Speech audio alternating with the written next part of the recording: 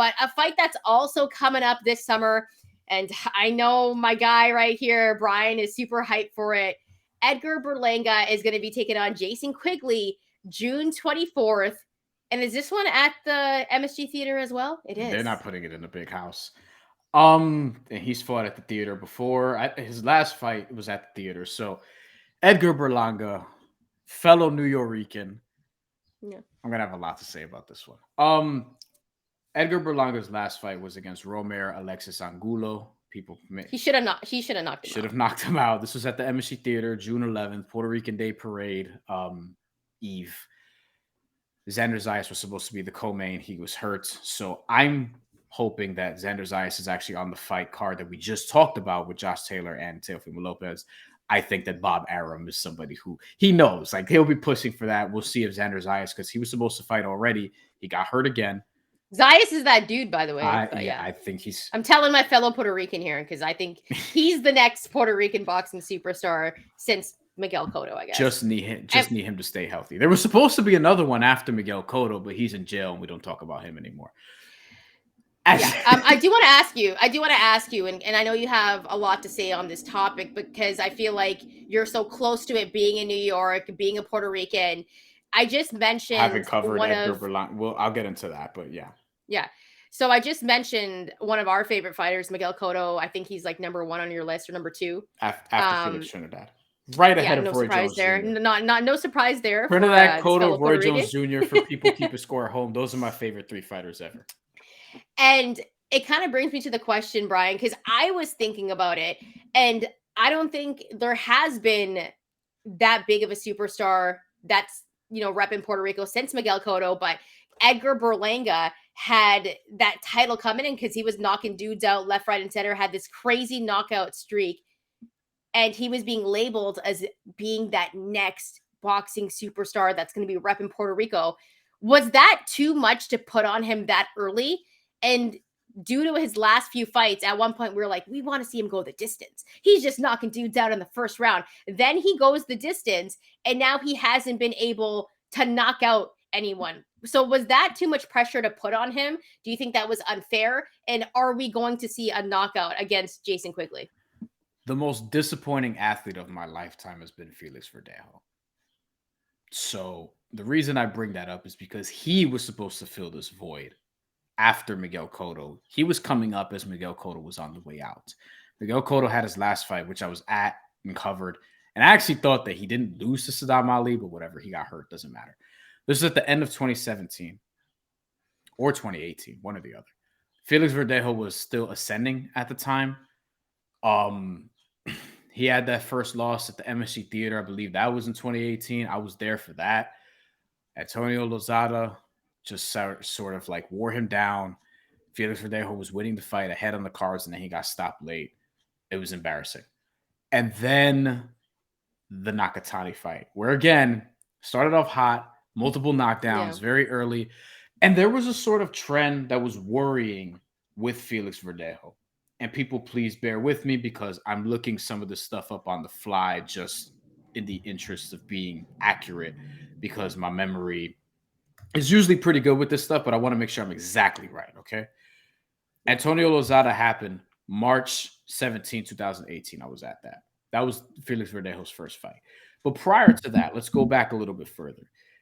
In 2015, this was sort of his first big showcase. And Miguel Cotto was like, he beat Daniel Gil, you know what I mean, around this time. Like he fought Canelo Alvarez later that year for the middleweight title, where Canelo Alvarez beat him, although the scorecard should have been way closer. And Canelo Alvarez was like 30 pounds more than him on fight night, whatever the case may be, but we're not going to talk about that. He beat Ivan Nahara by decision, fellow undefeated fighter. That was his like showcase, right? And it was like, we have an undefeated Puerto Rican versus undefeated Mexican, the night of Puerto Rican Day Parade Eve. Nicholas Walters, remember him? He actually fought again recently, not for nothing. He actually had a fight in Venezuela a couple months ago. He was a big name at one point. He beat Manuel Mariaga that night. Later on, Felix Verdejo gets a second round knockout against Jose Nilson dos Santos, and then he's on Terrence Crawford undercard where he beats, or Terrence Crawford co-feature where he beats William Silva by decision. And it was at that fight I was like, didn't put that dude away. It was a guy that subsequently Teofimo Lopez knocked out among others, right? And then he had a fight against Jose Luis Rodriguez at Roberto Clemente Coliseum. And then there was another fight later on against a dude named Oliver Flores. This is February of 2017. This is after Felix Verdejo got hurt. There was a motorcycle accident somewhere here. And then there was like, he's going to fight Terry Flanagan from WBO. And then that didn't end up happening. And then whatever. So it kind of got weird and murky here, right? And then Oliver Flores, who's 27-2, little known, kind of stuns him late in that fight. And Felix Verdejo just wins it.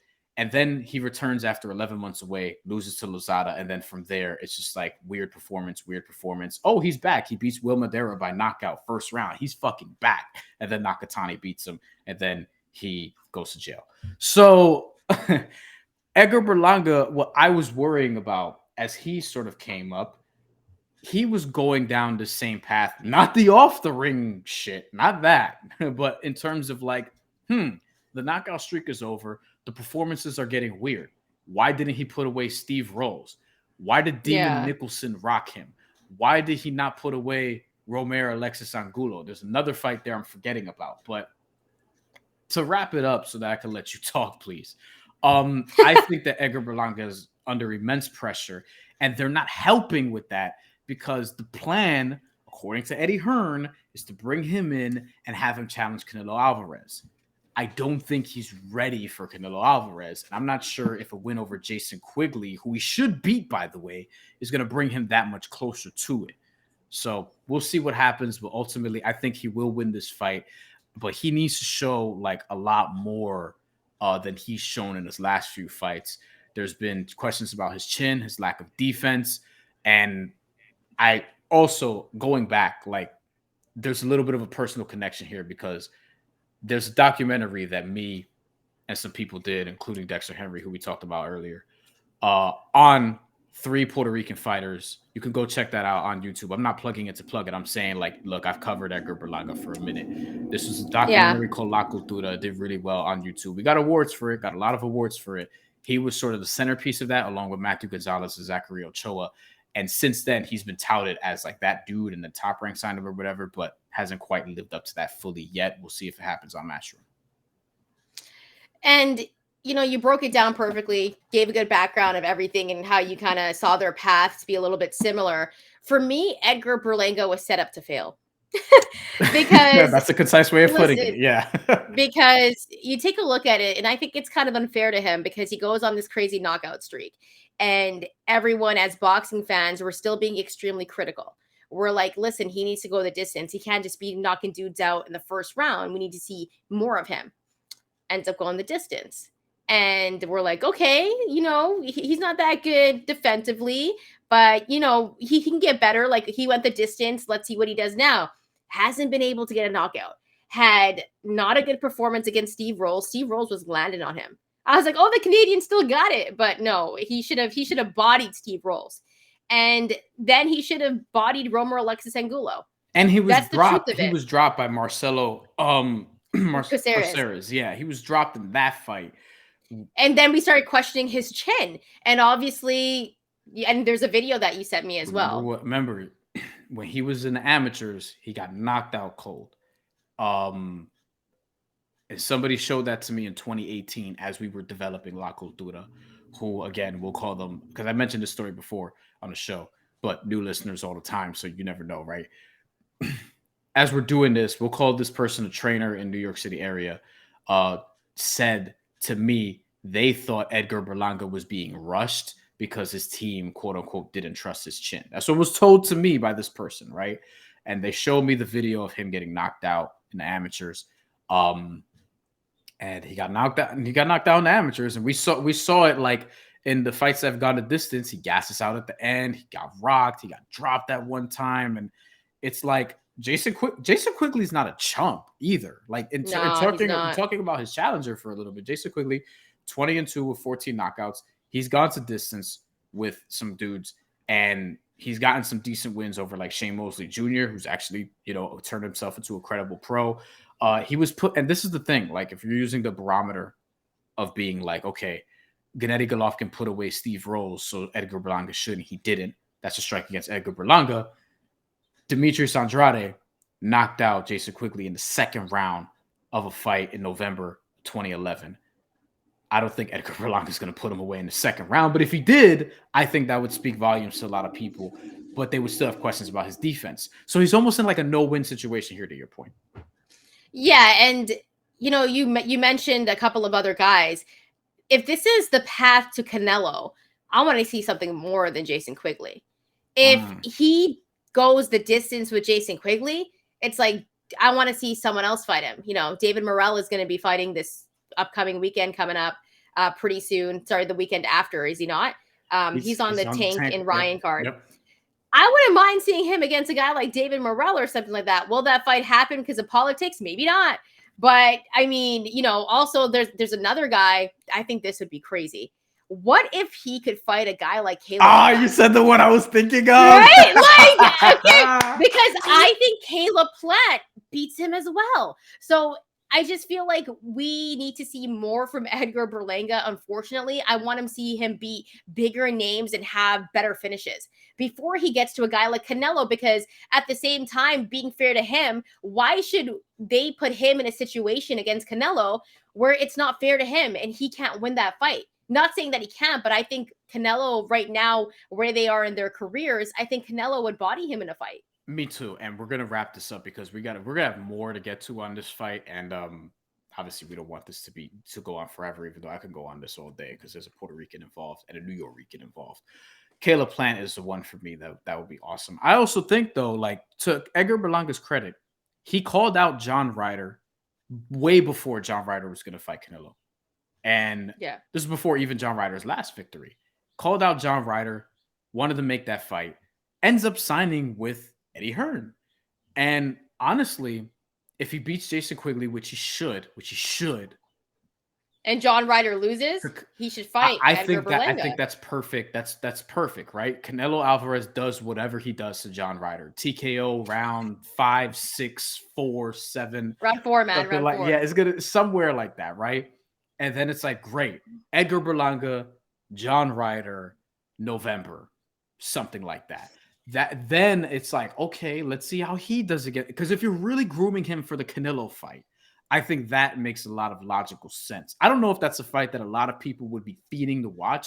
It kind of depends on how these two fights play out. The John Ryder and Canelo one is coming up next month, very soon, as a matter of fact. So we'll see. But I think that will be like just great matchmaking. And I think Caleb Plant, if you can make that work promotionally, that would be beautiful also. That's a blockbuster fight. That's a pay-per-view fight, I think, Caleb Plant and Edgar Berlanga. If Edgar Berlanga looks great before that. Because if it happened right now, I don't think it's a pay-per-view fight right now. Well, yeah. I think it could be, depending on how you promote it, with everything riding on it. One last thing that I do want to say. Yeah. I think Edgar Berlanga is good for boxing, in a sense that if he is successful, he has all the attributes to be an absolute superstar. Yeah. He talks the talk. He's got the support of like all the rappers, right? Fat Joe, like he brings out the celebrities. This is important though. Tracy Morgan loves him. Right? Like this is, he's from New York City. He's Puerto Rican. They've been waiting for a Puerto Rican superstar. We got, obviously Xander Zayas in the background. And more people think Xander Zayas is going to be the one, which is, yeah. I think we're at consensus here as well. But Edgar Berlanga, if he can knock out Jason Quigley, and I hope he does, because I'm actually rooting for him at this point, because I think he got an unfair shot where people are just dragging him right now. My bad, because I've been doing that too. But I mean, I got to be a little bit journalistic here. You know what I'm saying? All I'm saying is he's good for boxing.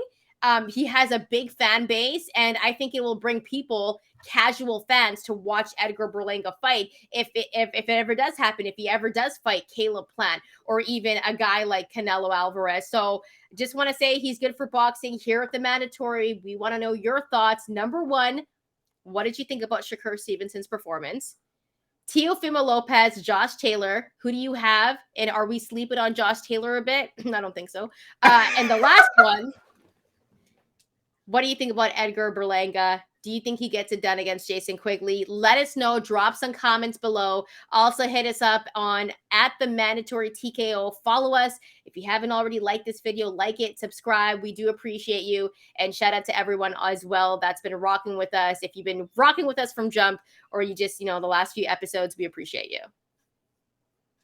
Anything else, Bryan? Anything else you want to say before we get off here? The underrated thing about the Jason Quigley Edgar Berlanga fight. Jason Quigley's from Ireland.